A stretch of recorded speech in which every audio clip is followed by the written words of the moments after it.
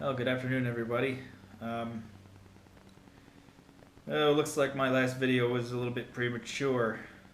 Some not so good news has popped up. Well, we were operating under the assumption that the valves got bent because the timing got thrown off somehow. And it turns out we were wrong. The mechanic, we got it in the shop. We got the Queen in the shop, and the mechanic started to test the timing to see if it was off, and in the process of doing so, he found that the valves were stuck, closed. So that's why we were getting pressure in the cylinders, because he took the cylinder heads off and he did more investigation and found that the seals had melted.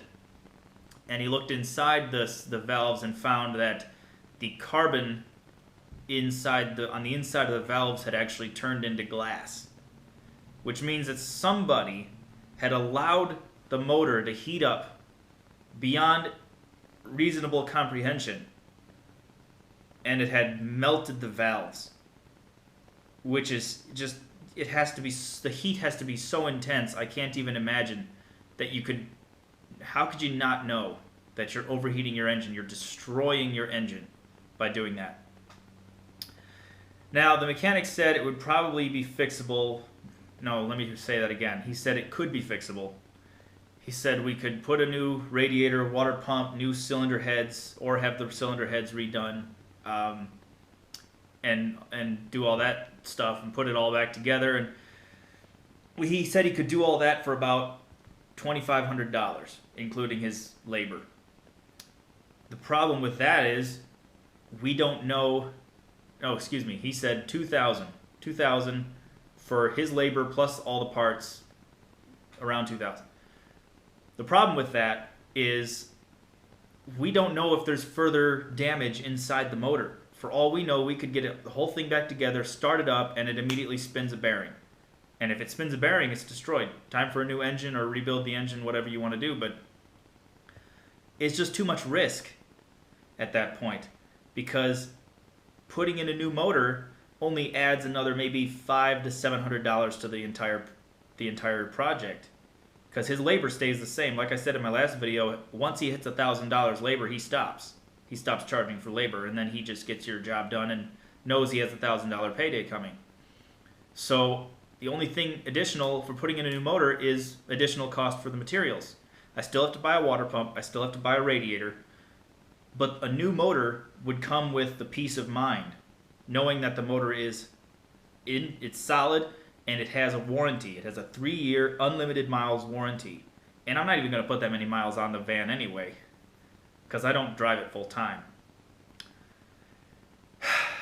So that's what I've planned on doing. That's the new plan. I've actually ordered the new motor, and it's coming early next week. The mechanic is going to get the old motor out, hopefully by the time the new motor comes, so that when the new motor comes, he can just throw it right in.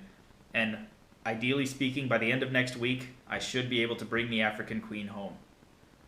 And the name is becoming more and more appropriate as time goes by, because this has been really stressful. And in fact, it's now costing me more money than I had planned on.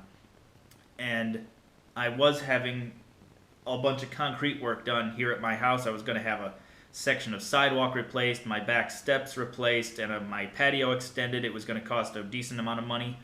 And now the African Queen is starting to eat into that budget.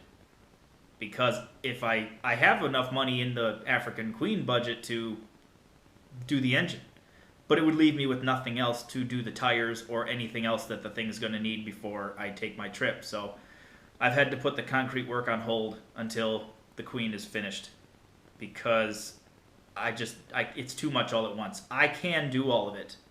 I make enough money to get it all done, just not all at the same time. So, and I think I'm going to have more fun with the Queen than I'm going to have with concrete. So I've decided to put the concrete on hold, because it's not imminent. It doesn't have to be done right away. That's really all I have to tell you. There's not a whole lot else happening yet. It hasn't been very long since my last video, but I'm stressed out right now. It was really a kind of a punch in the face when I found out that the engine was bad after I had thought we had figured it out. I was really relieved when we thought the engine was okay. And then to find out that no, it actually isn't okay. That was difficult to hear and difficult to deal with.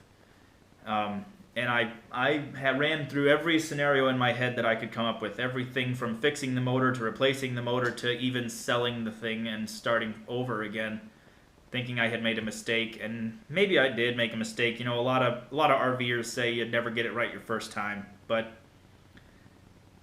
I don't care that much. If I end up spending a little bit more money than it's maybe worth, I don't care, because the amount of fun that I think I'm going to have with it is worth the money. Sometimes in life you just have to fork over the money and have fun, because you only live once. So I'm just going to do it.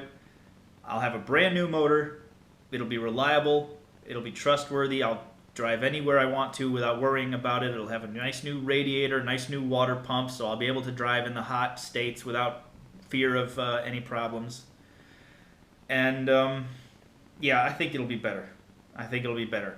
If the original assumption we had made with the timing chain being off and causing the valves to bend, then I would have been comfortable. I would have been comfortable with fixing it, because then the internals of the motor are still okay. I would have known that, but heat to that extent, overheating to that extent, does irreparable damage to the motor. The seals and the bearings, they all overheat and they just don't last.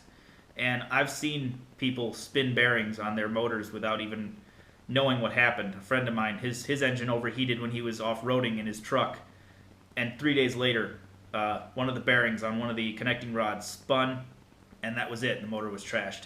And his didn't even heat up that badly. To heat up an engine to the extent that the Queen got heated, that's hard to imagine. I mean, imagine what it takes to melt carbon into glass inside an engine. I can't imagine how somebody could do that, how somebody could let the thing get that hot. You know it's got warning lights and buzzers and God knows what else to keep it from overheating, to alert you, hey, your engine's overheating, stop driving, you idiot. But I wasn't there. Maybe they were had an emergency or something like that. Who knows? Anything could have happened, but it just seems real stupid to me to destroy your engine because you just don't want to stop. When your engine is overheating, stop. Pull over, for crying out loud. Oh well, that's neither here nor there. New engine has been ordered, and it will be here, and it's costing me a pretty penny, but is what it is. Such is life. So that's that. This is why I got the thing so cheap, relatively speaking, because of this risk that I was taking. And it turns out I kind of got screwed on the risk, but hey, that's the way you gamble, and sometimes you win, sometimes you lose. So it's not catastrophic. I'm not gonna go hungry or lose my house or anything stupid over this thing. It's just gonna have to delay other things. So it's part of being an adult. So that's what's happening. I've repeated myself a few times already, I know. So I appreciate all your patience, and I think I'm gonna hold off making my next video until I get the Queen home, or at least until I can take it and have new tires put on it. I don't know if I'll do that right from the mechanic or if I'll bring it home first. I'll see when the time comes. All right, so that's the update. Hopefully I don't have any more bad news coming up, and I will see you all next time. Take care. All right, just one more quick thing. I was reviewing the last part of my video, and I can hear that audio problem is still there. If you listen closely in the times when I'm not talking, you'll hear a noise in the background. I don't know why it's doing that. I'm using my GoPro Hero 3 something. I don't know what it is. I bought it used. And I've never noticed that audio problem until now.